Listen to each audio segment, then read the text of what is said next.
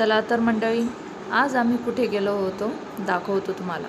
आज आम्ही गेलो होतो कोपरगाव येथील श्री साईबाबा तपोभूमी मंदिरात। हे मंदिर नगर मनमाड हायवेच्या कडेलाच आहे।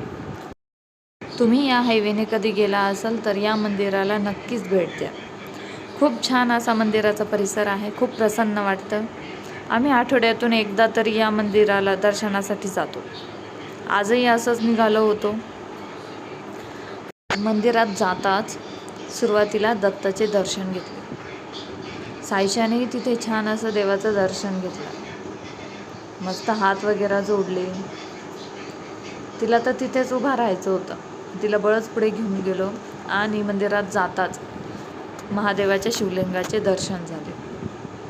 तिथेही दर्शन खूप छान झाले, कारण मंदिरात गर्दी नव्हती।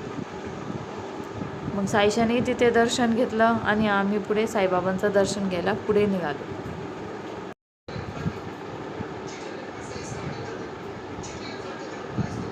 साईबाबांचं खूप छान असं दर्शन झालं, दर्शन घेतलं। साईशानेही दर्शन घेतलं, पण साईशा तिथून निघायला तयारच नव्हती। तिने माझ्यासोबत दर्शन घेतलंच, पण तिचे बाबा दर्शन घेत असतानाही ती तिथून हालायला तयारच नव्हती।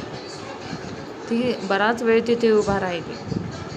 नंतर तिच्या बाबांसोबतही तिने दर्शन घेतलं आणि तिच्या बाबांनी तिला बळच तिथून उचललं। म्हणे अगं चल आता, खूप लेट झालं, पण ती तिथून निघायला तयारच नव्हती। मग त्यांनी काय केलं, तिला उचलूनच घेतलं। तरी तिचं चाललं होतं, बाबा मला थांबायचं इथे। दर्शन झाल्यावर आम्ही मंदिराच्या परिसरात बसलो। साईशाला तिथेही काही ना काही दिसतच होतं। तिला इकडे जायचं तिकडे जायचं ती सांगत होती बाबांना, पण बाबांनी बळच तिला थांबून धरलं। मग काय एकदा मंदिराच्या बाहेर निघलो, मग साईशा इकडून तिकडे तिकडून इकडे पळायला सुरुवात झाली। ती घरी यायलाच तयार नव्हती। तिला वाटायचं इथेच थांबावं। मग काय पुढेही मंदिराच्या आवारात 2-3 छोटीशी अशी देवाची मंदिरं होती।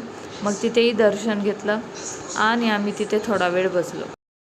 पावसाचे वातावरण झालेले असल्यामुळे आम्ही तिथे जास्त वेळ थांबलो नाही, कारण साईशाही आमच्यासोबत होती। त्यामुळे आम्ही तिथून लवकरच निघालो। चला तर मग भेटूया आपण नेक्स्ट व्हिडिओमध्ये।